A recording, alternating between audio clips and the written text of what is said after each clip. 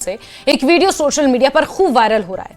आजकल लोगों में रील बनाने का ट्रेंड जरा ज्यादा है और इसी के चक्कर में लोग अपनी जान जोखिम में डालने से भी हिचकिचाते नहीं हैं।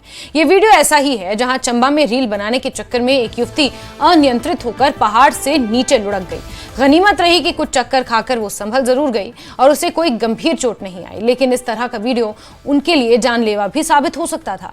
न्यूज़ 18 आपसे भी अपील करता है कि अगर इस तरह के जोखिम भरे वीडियो आप ना बनाएं और ना ही लोगों को इसके लिए प्रेरित करें। तो एवरीवन, कैसे आप सभी? उम्मीद करती हूँ आप सभी ठीक होंगे। सो गाइस, ये जगह तो आपको अच्छी तरह से याद ही होगी। कल यहाँ पर वीडियो शूट करते करते एक्चुअली मेरा पैर फिसल गया था और मैं यहाँ से धड़ाम से गिर गई थी नीचे की तरफ।